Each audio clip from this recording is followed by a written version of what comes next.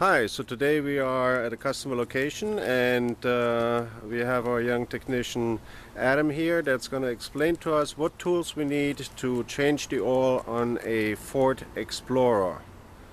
Alright, well first you're going to need a ratchet and a 13mm socket for this specific vehicle.